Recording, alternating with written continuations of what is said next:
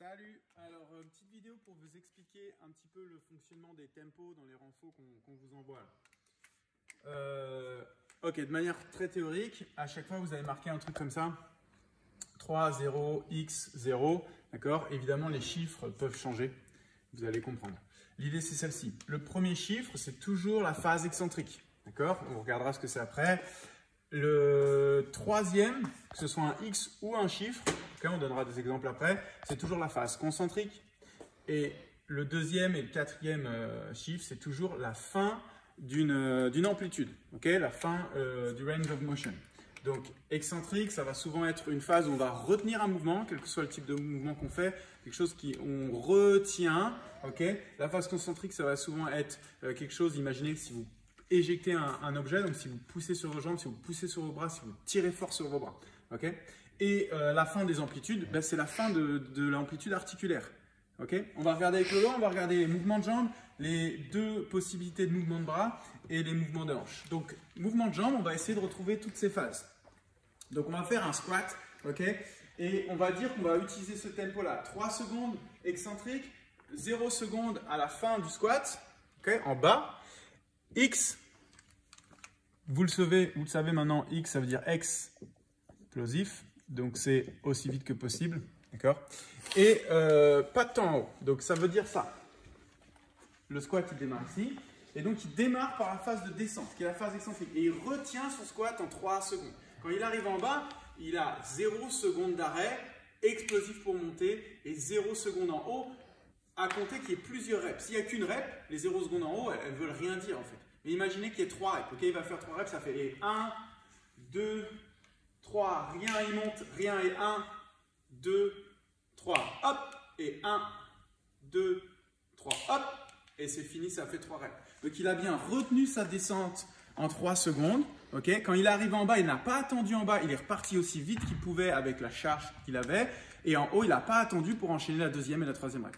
D'accord?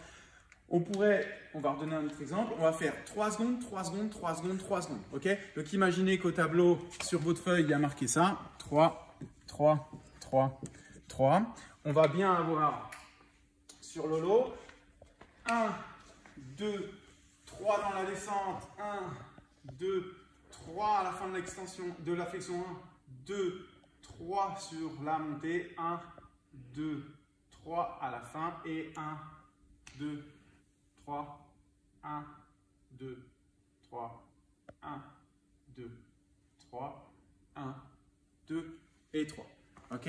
Donc à chaque fois, phase de descente, on retient son squat. La fin du squat en bas, phase de montée. Ok? Et qu'est-ce qui se passe à la fin de l'extension des jambes? Ok, donc sur un squat, c'est facile. Ça commence par là et ce sera toujours écrit dans ce sens-là. On va regarder maintenant les bras. On va avoir deux formes de mouvements avec nos bras. On va avoir des tractions, okay, les pulls, et on va avoir les push, et vous allez voir que c'est un petit peu différent. Donc juste avant qu'on regarde, sur un mouvement de traction, d'accord, l'excentrique, c'est la phase de descente. Vous avez les bras pliés et vous retenez l'extension. La fin de cette amplitude, c'est quand vous avez les bras tendus. La phase de concentrique, c'est quand vous fléchissez le bras. Et la fin de cette amplitude, c'est quand vous avez le bras fléchi au maximum. D'accord? Vous avez vu, ça commence toujours par ce chiffre-là, l'excentrique. Seulement sur une traction, on commence où? On commence ici, là. D'accord? Donc même quand le tempo il est marqué comme ça, c'est important qu'il soit toujours marqué dans le même ordre. Sinon, ça ne veut plus rien dire. Okay? C'est un code. Donc le code, il est toujours marqué pareil. Ça ne veut pas dire qu'il faut commencer la traction en haut. Okay? La traction, elle commence là. Donc le code, c'est toujours le même. Et le mouvement, bah, juste, il ne commence pas au même endroit du code, c'est normal. Donc sur une traction, on commence les bras tendus. Okay, une traction, elle commence là. Donc on est sur le deuxième zéro. Okay, et donc il fait explosif sur la montée. Il monte, patte en haut et il retient. 1, pour redescendre. 1, 2, 3 pour tendre. Patte en bas, il remonte explosif. Patte en haut, 1, 2, 3. Donc ça, c'est ce tempo-là. 3 secondes de retenue. Pas de temps en bas quand j'ai les bras tendus. Explosif pour plier les bras, pas de temps en haut. Maintenant, on va refaire les 3 secondes, 3 secondes, 3 secondes, 3 secondes. Là. Donc, on a 3 secondes pour monter. 1, 2, 3, 3 secondes en haut. 2, 3, 3 secondes pour descendre. 2, 3, 3 secondes bras tendus. 2, 3, etc. Ok? Donc, pensez à ça. La traction, elle commence là. Mais le code, il est obligatoirement marqué comme ça. Sinon il ne veut plus rien dire le code et on ne sait plus de quoi on parle.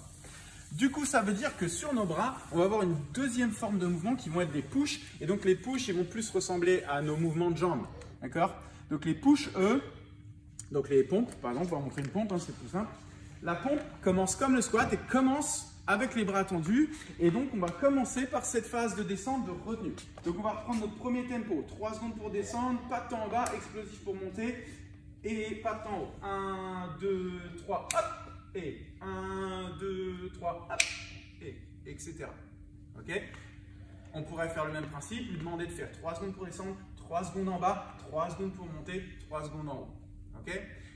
Le premier chiffre, toujours la phase de retenue. Donc sur un mouvement de poussée de bras, c'est comme pour les jambes, j'ai les bras tendus, je viens retenir la flexion, la fin de l'amplitude, je suis en flexion, je pousse concentrique, et je suis en haut, bras tendus. Donc c'est un peu l'inverse, on vous montrera à l'image après, c'est un peu l'inverse du tirage de bras. Et enfin, on va avoir les mouvements de hanches, d'accord? Donc les mouvements de hanches avec on va rentrer les good morning, même les deadlifts, considérez-les comme des mouvements de hanches, ok? Même si les jambes bossent un peu. Les mouvements de hanches, l'avantage c'est qu'on démarre les hanches ouvertes, donc c'est un peu le même principe que le squat, c'est facile à lire, c'est dans le bon ordre du tempo.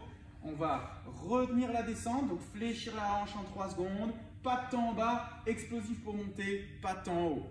1, 2, 3, hop, et 1, 2, 3, hop. Ok, et maintenant si on fait 3 secondes, 3 secondes, 3 secondes, 3 secondes, ça fait 1, 2, 3, 1, 2, 3, 1, 2, 3, 1, 2, 3. On a bien mis 3 secondes dans chaque étape. La flexion, qui est la retenue, on retient avec nos muscles, pas tomber trop vite, donc c'est de l'excentrique. La fin de l'amplitude après l'excentrique, le moment en bas. Le concentrique, là on serre nos fesses, on serre derrière nos jambes, ok. Et la fin de l'amplitude quand on a les hanches ouvertes. On filme ça vite fait là pour que ce soit dans le cerveau.